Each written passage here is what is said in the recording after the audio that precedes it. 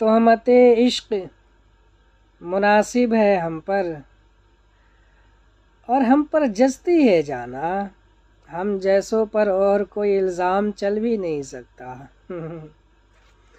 دوسروں کی عزتوں اور کمزوریوں پر انگلی اٹھا کر، دوسروں کو بد کردار ثابت کر کے، خود کو خاندانی اور عزت دار گھرانے کا سمجھنے والے خود کبھی با کردار نہیں ہو سکتے۔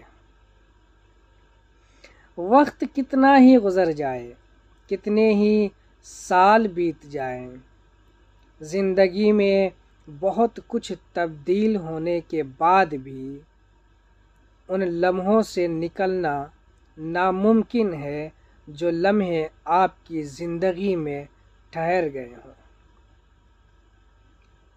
تلخ رویے، بے رخی، نظر انداز ہونا، یہ ایسے سلو پوائزن ہیں جو انسان کو اندر سے ختم کر دیتے ہیں،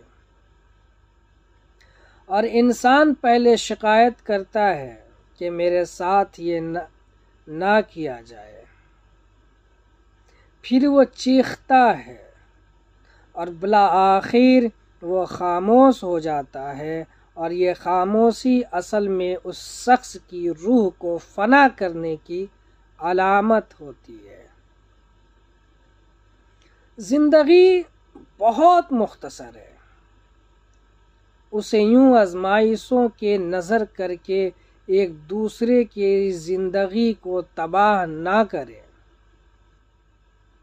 محبت کے بدلے اور کچھ دے سکے یا نہیں، محبت کا بھرم رکھنا سیکھ لے۔ زندگی میں صبر، شکر اور محبت تینوں کا بڑا درجہ ہے۔ صبر مصیبت کو ٹالتا ہے، شکر نعمت کو بڑھاتا ہے، اور محبت خوشیوں کا خزانہ ہے۔ وہ کون ہے جسے آج تک کوئی دکھ نہ ملا ہو؟ وہ کون ہے جس نے زندگی میں جیسا چاہا ویسا ہی ملا؟ وہ کون ہے زندگی میں جسے تقدیر نے کبھی جس کے صبر کا امتحان نہ لیا ہو؟ کوئی بھی ایسا نہیں ہے جو سارے ہی لوگوں کو خوش رکھ سکا ہو۔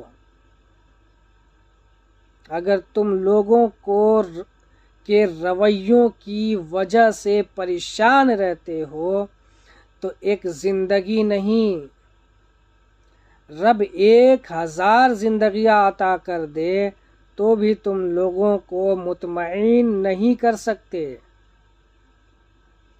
اس لیے میری جان، اللہ کو خوش کرنے میں لگ جائے۔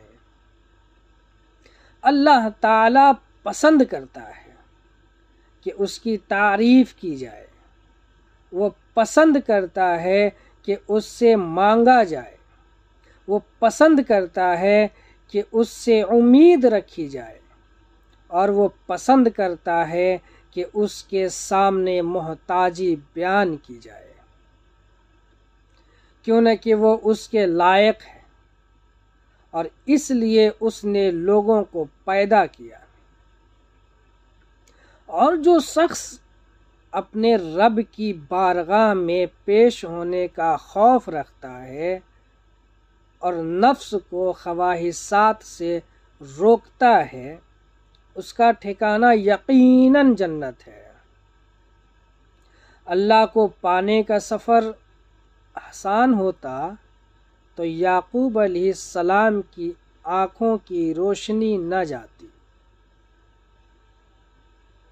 تھک جاتے ہیں، کوئی بات نہیں، قدم لڑکھڑا جاتے ہیں، کوئی بات نہیں، دل گھبرا جاتا ہے، کوئی بات نہیں، رونا بھی آتا ہے، کوئی بات نہیں، مگر اس سب کے بعد بھی آپ کا بھروسہ نہیں ٹوٹتا، چاہے ایمان کمزور نہیں پڑتا، چاہے چلتے چلتے تھک بھی گئے ہو تو قدم رکنے نہیں چاہیے، روتے بھی ہو تو شکوہ نہیں کرنا چاہیے، اور یہیں پر اللہ کو اس کے پیارے بندے ملتے ہیں، وہ جو سفر کرتے رہتے ہیں، وہ جو گر کر بھی بھٹکتے نہیں، اور یہی ایمان اور یقین آپ کو اللہ کا بنا دیتا ہے۔ اللہ کو تو سب آپ کا یقین دیکھنا ہے۔ کیوں؟ جب بھی آپ کسی کو اپنے منصوبوں کے بارے میں بتاتے ہیں تو سب کچھ تباہ ہو جاتا ہے۔ یہ حسد نہیں بلکہ آپ کی نادانی ہے۔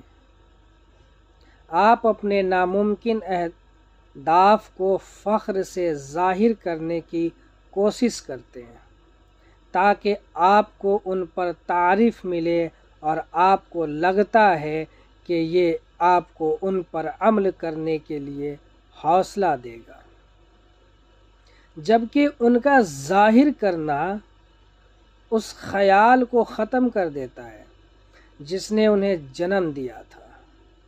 آپ کا دماغ سمجھتا ہے کہ آپ نے انہیں مکمل کر لیا ہے، اور آپ کو انہیں مکمل کرنے کے لیے تحریک دینا بند کر دیتا ہے۔ سیکھیں کہ اپنی ذاتی باتوں میں رازدار رہیں، اپنے کچھ چیزوں کو اپنے اندر محفوظ رکھیں اور انہیں مضبوط کریں۔